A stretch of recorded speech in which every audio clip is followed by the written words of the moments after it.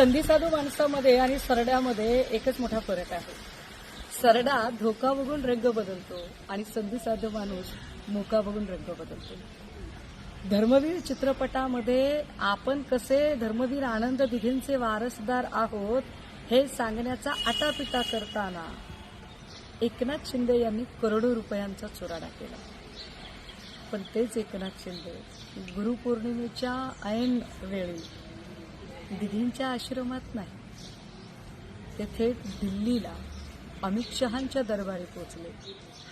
त्यांनी तसं बाळासाहेबांच्या समाधीवरही पोचणं अपेक्षित होतं, पण ते आता नाही आले तरी चालतील, कारण ज्या दिवशी त्यांनी जय गुजरात म्हटलं त्याच दिवशी वंदनीय बाळासाहेबांसोबतची उरली सुरली त्यांची वैचारिक नाळ सुद्धा तुटलेली आहे.